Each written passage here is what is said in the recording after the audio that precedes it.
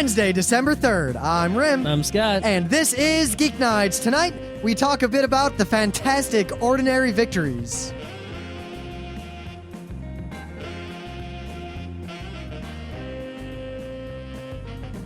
Let's do this. So I've been watching the sequel to No Dame Cantabile in Paris. You know, it just kind of follows where the manga Did you left finish the first one? Yes, a while ago. Wow, that's a lot of watching. It's only a 24 episode show, I think. It's a normal sized show that takes a while. It takes, 3 days on a train. How many episodes are you watching?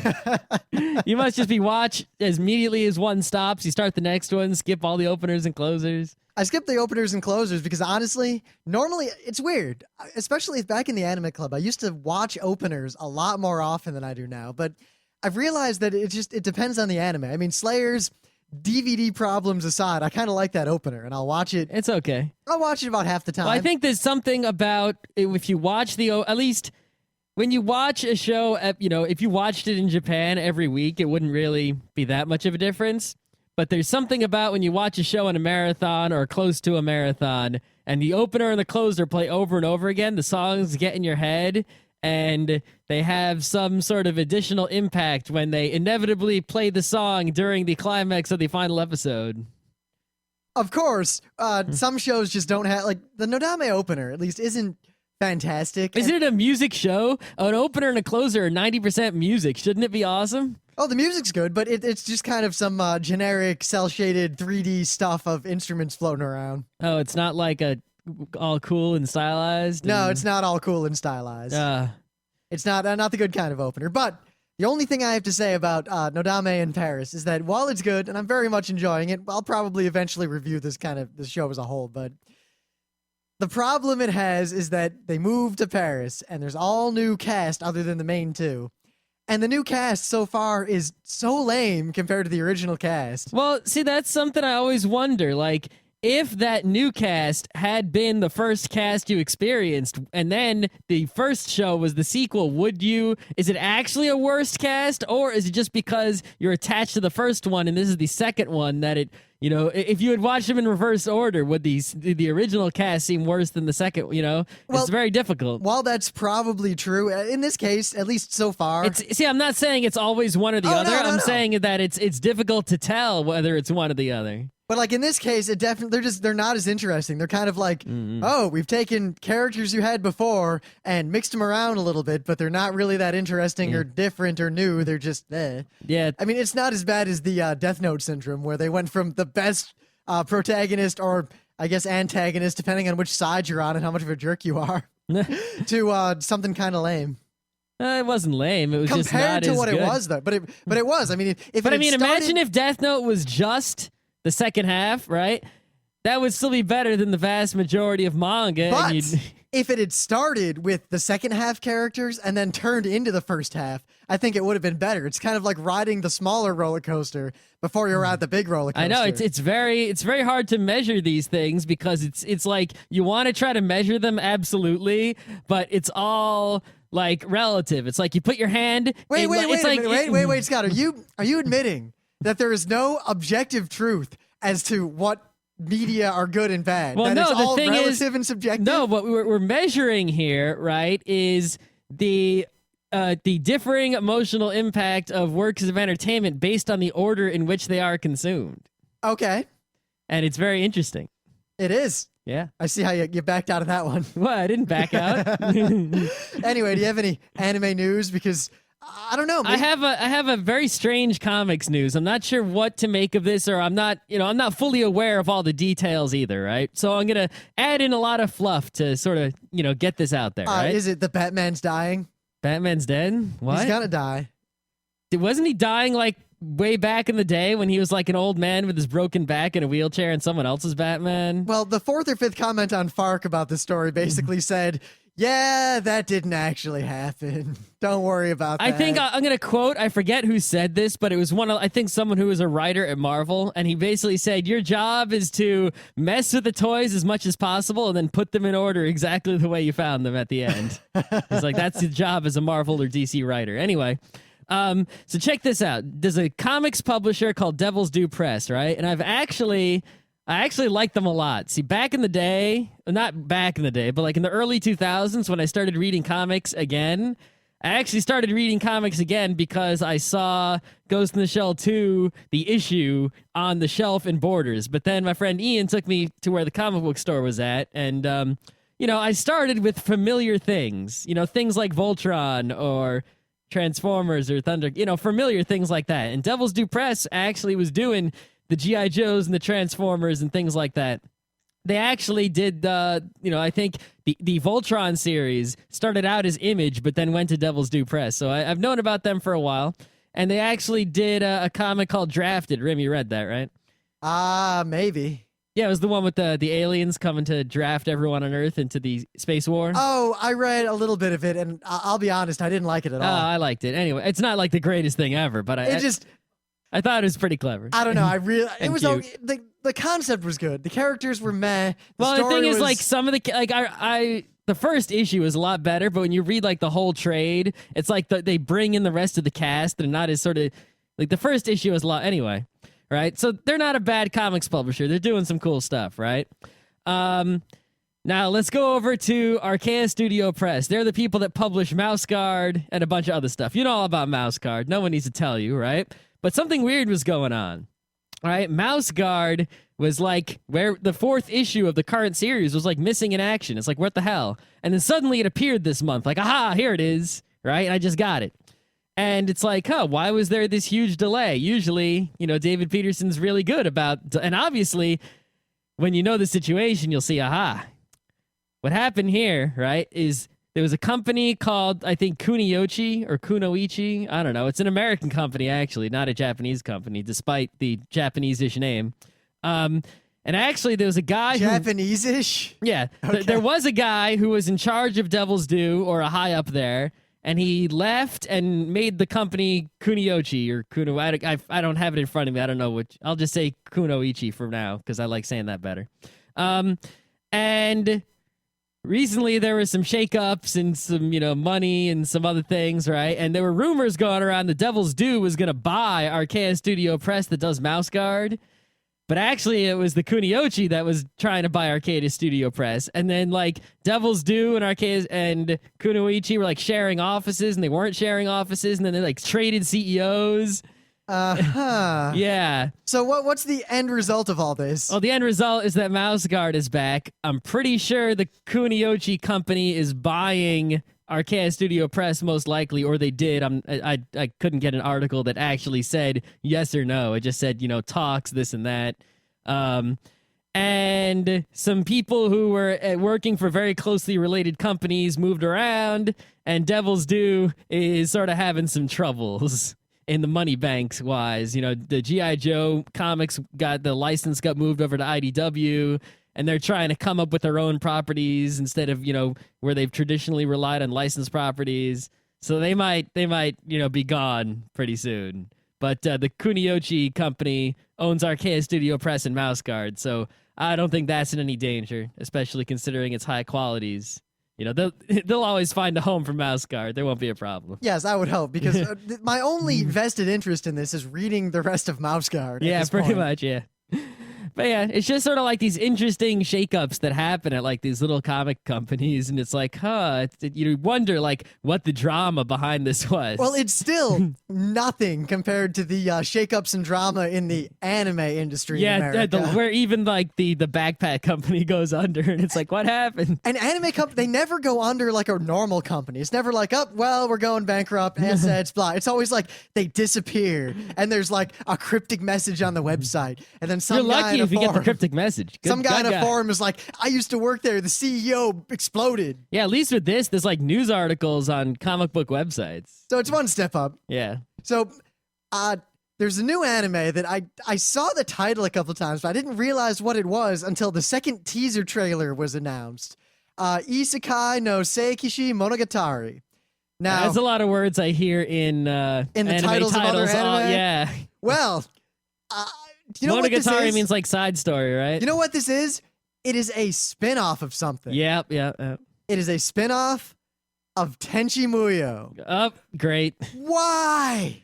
For the love We've of only had like 2 or 3 of those already, and they were terrible. I know, but it even worse. I mean, I don't even like the regular Tenchi, but I at least I know that Tenchi GXP is 1,000 times worse than that even. Oh, well, the thing is, Tenchi GXP was far worse a sin than it would have otherwise been because of the fact that it had such a great opening song. It did have a really great. We should put that in the episode. That song was wasted on I that have show. that MP3. We should put that in the episode so people can hear the amazing opener of Tenchi GXP. Best opening song, worst anime. Oh my god. It's kind of like the noir syndrome. Yeah, that had a really good opening song. And Had a really good okay soundtrack. Anime. Well, it was an okay anime that went downhill. It was a lot better than Tenchi GXP. Yes, however, I point out that Tenchi GXP started low and didn't have anywhere to go from there. Noir started real high and took exactly 1 episode to ruin everything. Yeah. The popcorn was like the last cool moment. Wasn't that like episode 2? I don't remember. Anyway, so yes, they're making. Here's the deal: no Tenchi characters are even in this. Doesn't look like it's in an alternate So it's universe. Photon. It's even worse than that. Tenchi Masaki is not the main character. Instead, Kenshi Masaki, his half-brother, hitherto unknown, is the main character. But it does nothing to do with the characters that people care about. No, and furthermore, So this is like if I made a Transformers, right? And It doesn't have Optimus Dime. It's about Optimus Dime and Degatron. Hey, it could be fighting. There's a small chance it could be Optimus Rhyme, in which case it would be awesome. But that's not that's a real thing. Yes. This is a made up thing. It's the big difference. As I've always said, it seems like with Tenchi in particular, because remember, the original Tenchi OAV was directed by Person A. I forget all their names at this point. I've stricken the second guy from my memory. But then the other dude directed all the other Tenchi stuff, and it's like all he's been trying to do is recapture that. He even directed Tenchi GXP and this new thing. I don't know who's directing this new thing. And the Tenchi in Tokyo. Oh my god, Tenchi in Tokyo was. I remember I would watch Toonami, but I never watched Tenchi because I hated it. But I would always see the commercials like during Robotech, like Tenchi in Tokyo next week, OMG, and I'd be like, whatever. See, I remember a more innocent time where and then Moltar would show me some Robotechs. Moltar, I miss him, Horatio. I knew him. But that's like if you had a Space Ghost show about Dolcar and Race Dosed. I like the Tenchi OAV. That joke ran out. There were a lot of people really, really looking forward to Tenchi in Tokyo because it's a new Tenchi. And it took about 30 seconds for everyone to stop pretending it was good and admit that it was bad. Nah. But I have one more little bit of news. This one is much more interesting and about something good for a change. Another news. What are you doing? Murakami Yep. is opening a new studio All right. in LA. Uh-huh. He's going to have 2 floors and 30 employees. He's got the money. Yes. I'm excited to see what comes of this. I'm sure it would be lots of Super colorful, super flat things. See, maybe he'll move one step further, some sort of ultra flat. Yeah. double super plus flat. I don't think we've yet defined. Or maybe super he'll start doing things that are the opposite of flat. The closest thing to a definition of super flat I've ever heard is something made by Murakami. Something that looks like Murakami stuff. Yes. And even then, looks like his super flat stuff. Yeah. Thus, a jet engine technology situation. Oh, great.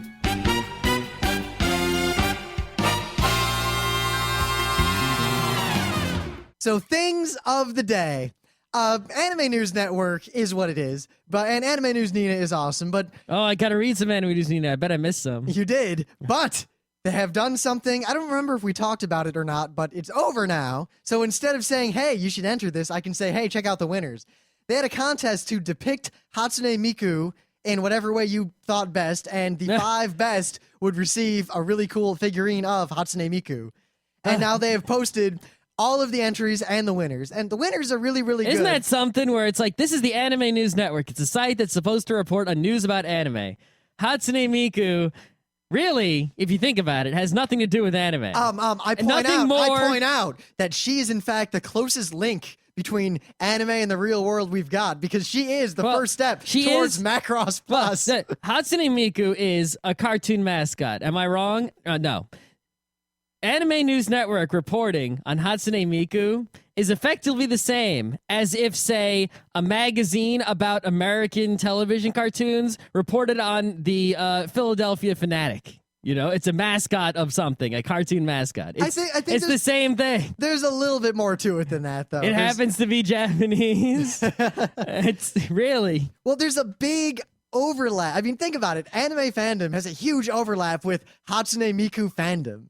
So why? Yeah, but that's it's so strange how, like, mascots can have this overlap with this one fandom, but in the same fandom in other countries, the overlap doesn't happen. Well, it depends on what I mean, the Philly Fanatic has very little to do with many geekeries other than sports geekery. But Hatsune Miku has to do with lots of different kind of geeky fandoms because people draw on the little tons and getting into the kind of open creative content. Everyone has their own take on her. I will say, though, if you I see lots of Mr. Mets around. So what, Mr. Met fan art? Yeah.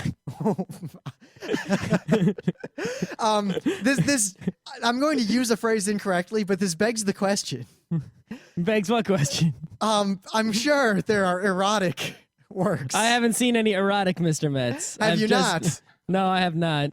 Perhaps we should seek some out, for I am sure that it is out there. Even though even a non-erotic Mr. Met has many exposed bats and balls. Anyway, Scott, I want you to feast your eyes over my shoulder on this stunning entry into the contest. That's mine. What are you doing? Let's just say that the quality of the entries ranges from the absurd to the good. And I'll leave it at that. I will say I'm a fan of Hatsune Miku so long as she does not... I also like Hatsune Miku. So long as she does not take over a giant space station and control our society through idle music. I also like Mr. Met, but I don't actually like the Philly Fanatic. He sucks. Did you know the Philly Fanatic was created by the same person who made Miss Piggy? No, I did not know that. I know that. See how smart I am? How did you know that? Because I read the internet. So what, you looked this up one day? No, I saw it was posted someday. Okay. All right. So what do you got for me? Oh, this is a Nokia commercial, so just beware of that. However, basically they took an old video and appropriated it as a commercial, and the old video is good. It's like if I took, I don't know, all your bass, and then at the end of the video, I just put, like, Geeknights. That's basically what's going on here. And the video that they have decided to put Nokia at the end of, the Nokia logo at the end of, is a video of Bruce Lee playing ping pong with nunchucks. Oh, I've seen that thing. That thing is pretty cool. That's all you need to know. If you haven't seen enough Bruce Lees, I mean, just watch it. Okay, I can at least tell you that I cannot find any erotic fan fiction or fan art about Mr. Met. Can you find regular art of Mr. Met? Not so much. Mostly I found pictures. Did you spell his name properly? I found a picture of Mr. Met, and the Philly Fanatic is coming up behind him to do something. Actually, you can rent. I don't know about other mascots, but I'm 100%. I'm sure you can with others, but I know for a fact you can rent Mr. Met. You can just call him up and pay money, and he'll show up, right? Wherever you want him to show up. And there was an Indian couple. They were getting married, and they were huge Mets fans. And they invited Mr. Met to the wedding. And you can go and you can find this video of Mr. Met like having the best time in the universe at this wedding. It's like the greatest thing ever. So if I married some Mets fan someday, I would consider calling Mr. Met, because there's like a bunch of different people in the costume. Obviously, this is not the same person all the time. You know what would be cheaper, Scott? Just get a bootleg Mr. Met costume. No, because you're not paying for the costume. You're paying for the best Mr. Met person. So you want the real Mr. Met? Yeah, it's like saying. Not just anyone in the costume would act that way at the wedding. Because it's so difficult to kind of caper around with a giant baseball on your head. To caper around properly is very difficult. So there's an art to it. There's a certain je ne sais quoi about Mr. Met. So if you're saying if I put you in the Philly Fanatic costume, you could do just as good a job? You know what? I think I can. You think you can? I think I can. Oh, you definitely could not. I don't think you understand. You see, I don't think you understand how much skill is required for the proper capering. I don't think you understand just how much study I have put into capering. So you're saying you are an expert mascot? I think that I can mascot pretty well. I think you're a terrible mascot and don't even know the first thing about mascot. I know the baby elephant I don't think walk. You could even deal with the heat of the costume for more than 1 minute. I don't think you could dance to the baby elephant walk. I could dance to the baby elephant walk. Oh, could you? Yeah, but not in the giant costume. costume. I think I could. Good luck with that. Plus, the man who can't even do a push-up You can't can wear a giant baseball on his head. You can even balance the baseball on your head. It would fall off your tiny neck. Do we need to call Mr. Met here and have him? That might not end Mr. well. Met doesn't talk. He really wouldn't help in deciding anything. See, this is where you do not understand the art of being Mr. Met. Because the artistry, the qualities come from the fact that he can convey so much meaning with no words. You know what he would say is he would just say anything that needs to be, any argument, any disputes ever should be decided with baseball. And that is, that's pretty much all Mr. Met can say. Well, if were we to decide this by baseball, I think I would still win. No, because we need 8 peoples. And I would just to be me and 8 Mr. Mets, and you would be you and 8 who knows. So you're assuming that Mr. Met can play baseball. What are you talking about? He's made of baseball. Being made of something does not mean you're good at it. Yes, it does. Anyway, so what are we? How could it not? So what are we reviewing tonight? He lives in the stadium. I think he knows enough to win. I still can't find any erotic fan art. So let's just move on. Rule 34. Oh my God! I'll let 4chan will do it. All right. 4chan already did. Ordinary Victories by Manu Larcenet. Did you pronounce it properly? I have no idea. Probably. I have no idea. It's a French dude with a French comic. I'm pretty sure this is just volume 1, and there are further volumes. But Actually, I believe he's French-Belgian. Oh, but either they are not in English, or I do not own them. Yes, in fact, he is French-Belgian, and the second volume in English is available on Amazon right now. Oh, buy it. Okay. All right.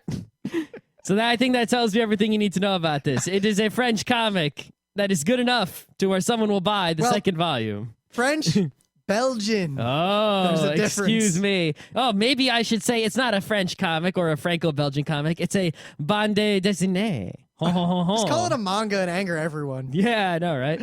All right, so I did realize something, though, because not that long ago, Emily and I kind of perused through the Teenage Mutant Ninja Turtles OAV. Mm-hmm. That might seem unrelated. Why did you do that? That might seem unrelated, but I also read this comic and I realized something important about reviewing things. Because currently, the way we review shows or comics or any sort of media here on Geeknights is that if it's something bad, we'll basically say it's bad and why it's bad and spoil it. But not fully, because, we kind of avoid spoiling things. We're reviewing things to get people to try them out or avoid them. And it seems to work because a lot of people tell us, oh, you told me to read Watchmen, I bought it. You were right. You told me to watch Cowboy Bebop. You were right. And when something's good, we tend to do a kind of a review where we don't spoil anything because we're not trying to talk about it. We just try to make you excited about it enough to buy it because it is in your best interest to do so. The problem here is that necessitates, if we want to talk about something in any real depth, to either have a spoiler line, which no one wants, or do more final thought style episodes, which, while they're fun to do, now that we're on this half schedule, doing any number of those at a time really kind of eats into talking about new stuff in a big way. Yeah, you should see the pile of unconsumed media in my room. But Dave and Joel made me realize that there's one kind of review we don't do. Mm-hmm. The review where something is bad and the best enjoyment to be gotten from it is someone else reviewing it to the point of spoiling it entirely so that you, 1, do not have to watch it, and 2, can live humorously and vicariously through them. But that is the job of Dave and Joel, not the job of Rim and Scott. However, I note that none of these people have done the Teenage Mutant Ninja Turtles OAV. They did. Old Order did. Did they? That's how I found out about it. Oh, when did they do it? When you weren't listening. I haven't listened How do you think I found out about that crazy, stupid thing? I'll be honest, I have not listened to any podcast outside of It's All Politics and I stopped listening to the vast majority of podcasts. I listened to the Penny Arcade and Politics, and that's it now. I listened to Penny Arcade, Twit, one ESPN show, and I got the Onion video. That's about it. Yeah, I guess Pseudopod, but I don't know, I kind of wore out horror. And even when I was trying to listen to Pseudopod, I couldn't listen to enough, even though I loved it. I listened to every one, but then I guess I got burned out on horror. I've heard so many horror stories that, they don't even... Yeah, I'm not scared. The only one that ever, got me even a little bit upset... The hospital one? Yeah, with the MRI. Yeah. Anyway. But anyway, I don't know. I kind of want to do a review like that about something. Well, not about this, because this doesn't suck. No, it doesn't. Ordinary Victories, if you don't listen any further from this point... Can you find the original name of it? Because that's sort of the translated name. That's And as I flounder to remember the name, Emily actually hands the book to me, open to the page where it says that it was. I wasn't actually looking at the book. Good job. I realized it'll be in the book. And then I looked at the book, and I'm looking at all these other things. It is Combat Ordinaire, which translates to ordinary combat. Yeah, as opposed to ordinary victories. There's like a different meaning there, but I think they didn't want to call it ordinary combat because that would sound, that would be like, huh? But anyway. I don't know. I feel like they should have just left it in the original language because anyone who speaks English will understand what combat ordinaire means, but it won't carry the kind of, I don't know, the weird baggage of the English language if it said ordinary combat. This is something for our friend the Oda King and his dynamic equivalent school to figure out. We should ask him. But anyway, this is I don't know if he's a French expert, though. Before we go any further, if you don't listen any further, this is fantastic. You should read it. Don't even worry about what it's about. Just buy it and read it. It's really, really, really good. Yep. I mean, really, what got me about this comic, right? Well, let me do a really short summary of the plot, right? You have this guy, and he is, I guess they're Italian or French or something. I can't really tell. Right? He's into photography. He's a photographer, journalistic photographer, right? Takes pictures of all sorts of horrible things, like starving kids and whatnot. But he has a lot of psychological problems for various reasons. And basically, he's at a time in his life where things are changing up. He decides to stop seeing the psychology people. He's... well, that's actually the comic starts out really strong. He's laying in the chair, and it comes in kind of in media res. Yeah. So that's why I've decided to stop my therapy. And the therapist, I love the way he's drawn, just kind of sits there. He looks like a little Durkee Freud kind of guy. He does. Yeah. But he just doesn't react, and the guy gets nervous. He's like, so that's it. And then the therapist says, all right, well, I'll set your appointment for next month. And it really throws him off guard. And just the way that's put together in this first page will hook you right away into this comic. Because the whole thing is clever and well written and realistic and engaging, just like that. Yep. And the guy goes through some tough times in his life where things are changing up. And over the course of that, it's like all these issues that, affect, pretty much everyone sort of come into play. And what really got me is how many of the issues are things which we talk about or think about frequently, such as, things like Mike Tyson syndrome, where you have like this horrible human being who has like incredible talents, or Michael Jackson's the same way. Or the exact opposite, where you have these like really great people who aren't so talented, really, or in fact, they're really friendly and great, and you love being with them, but they're actually horrible people, and it's like, how are you supposed to deal with these people in your everyday life, and what are you supposed to think? And it's good, and they don't whether they answer it or whether the answer is satisfactory is up to you. Just the art is really, one thing about the main character, and you'll find out right away that part of the reason he's going to therapy is that he succumbs to panic attacks. And he's going to therapy for many years. I think it says 8 years, and he still hasn't really gotten over it. In fact, it's gotten worse, and he doesn't understand what it is that triggers him. And that more than anything really kind of throws him off balance, despite the fact that all these kind of ordinary battles, like the battles that people fight in their daily lives, are also confronting him. And then beyond all that, he's also got this. But I guess artistically, I really like the way they portray those episodes he has. The art style will change, and the panels get red, and his eyes are really sketchy. And you'll have to look at the comic to see what I mean. Yeah, it's really, it's like, it's sort of it's an art style I see in a lot of, French and Belgian comics, little sort of slightly sketchy, squiggly characters, right? But it totally works. You recognize every character perfectly every time. You never have that issue of, is this that guy or is this another guy? You see a person, you know who they are, and just it really, gets across exactly what it's trying to say. The paneling isn't crazy experimental or anything like that, but it definitely works in controlling the pace properly. And what isn't it say on the cover that it like won something like one of the best something ever? One of the 5 best graphic novels of all time, as picked by Time. Yeah, Time Magazine? Yes. Yeah. I don't know if it's one of the 5 best graphic novels of all time, but it's maybe one of the best 20. I would definitely put it on the must-have, must-read list. Yeah, if you're someone who appreciates comics of all shapes and sizes. This is a comic you really can't not have. I mean, the only warning I really have about it is that don't go into it. I mean, it's lighthearted at times, and it's realistic in its portrayal of just about everything that it addresses. But it is not the most non-depressing work, to put it lightly.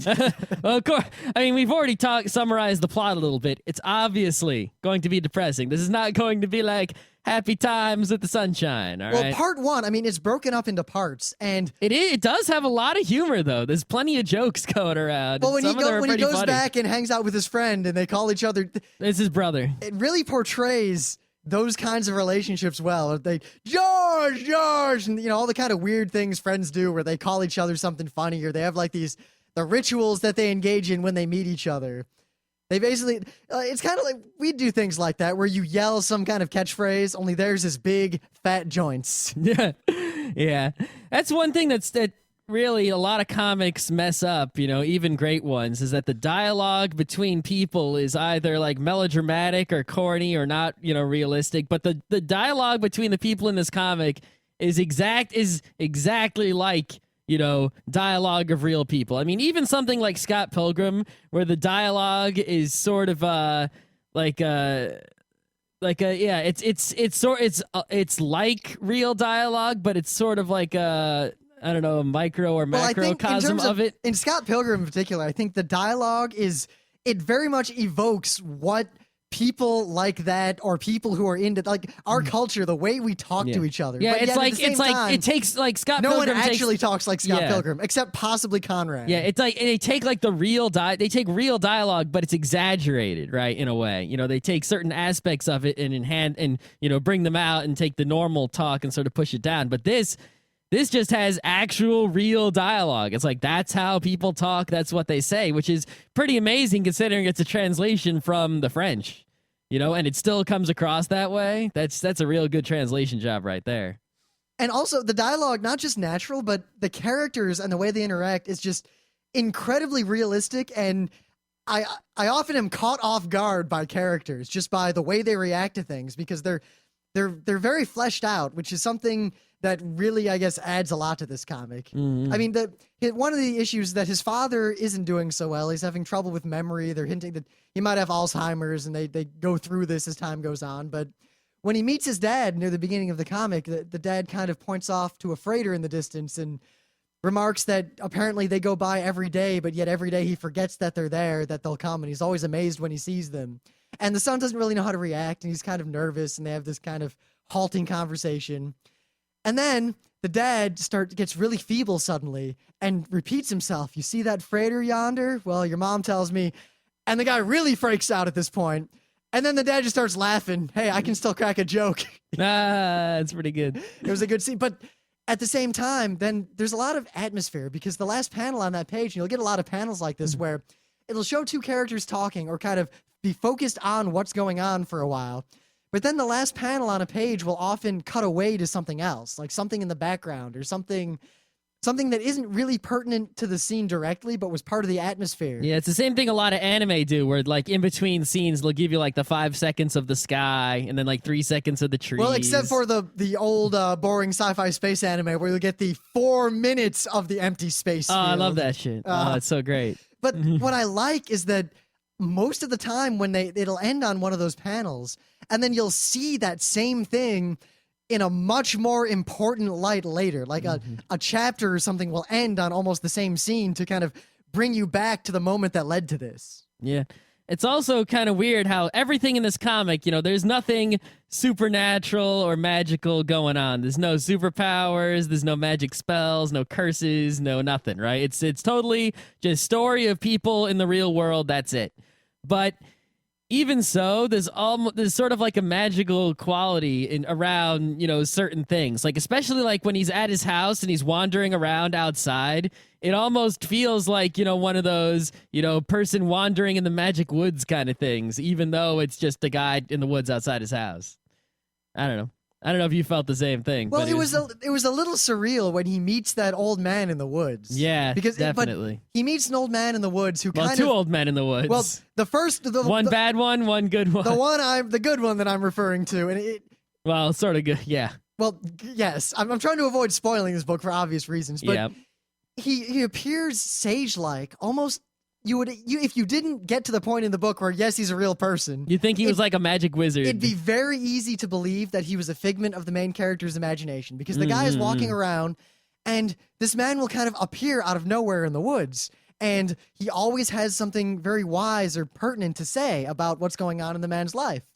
But then there is plot as to who that man actually is and why he's the way he is. And I don't want to speak any more about anything in this comic without ruining it. Yeah, I remember a scene where like someone was dreaming and they woke up, but it's like they showed the way the paneling was is that you sort of accepted the dream as what was happening for real, and then the person wakes up and it actually, like, I actually felt like I was waking, you know, like the same startling of waking up from like a dream that seems like it's real. Like, oh shit. I was like, that was pretty good. You know, a lot of comics try to do like dream sequences and they don't quite work as well as that. I mean, the problem with reviewing something good where we don't want to spoil it is that there's not much else we can say. I mean, it's fantastic. It was great. How much should it cost? I don't know. It says on the book. You have it. But that's the suggested retail price. Yeah, that's what most people are going to pay. $15.95. That's not bad. For mature readers. It's published by, I think, NBM, which is the same people who published, Dungeon. They do a lot of the translation of the, Franco-Belgian comics. Well, in fact, if I go on Amazon, it recommends buying the second book of this and Dungeon and The Rabbi's Cat. So it's definitely in the same kind of... It's a comic for people who like the things that we suggest. Gee, there's a big surprise. Maybe there's a reason that I bought it. Maybe because I already bought Dungeon and the Rabbi's Cat. So partly in light of the fact that we want to read more of it before we talk about it in any sort of spoilery depth, and also because I think it's worth all of you reading, I guess, untainted. I don't want to really push people into interpreting or seeing this comic in a certain way, because it's one of the greats. Already I can see that this is going to be one of the comics I remember. Apparently you just revealed to me you didn't finish reading the volume like I told you to. No, I didn't, because I didn't have time. I read the first part of it, which was amazing. Yeah, good job. Anyway. Okay. Yeah, but definitely we got to order that volume too. I wonder how many volumes there actually are in total. I hope it's I hope it's enough, but like not too many. It's like, I feel something like this could go on, for a while and still be quality, but if it went on too long, it would be sort of like, what else do you have to go with here? I don't know. But yeah, I'll definitely read as much as I can get my hands on in the English. Well, anyway, what I was saying is that we will probably revisit this at some point in the future. Almost definitely. So go out and read it. Don't even worry about whether or not you think you're going to like it.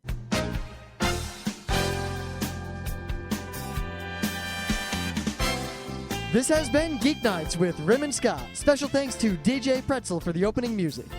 Be sure to visit our website at www.frontrowcrew.com, where you'll find show notes, links, our awesome forum, a link to our Frapper map, and links to all the RSS feeds.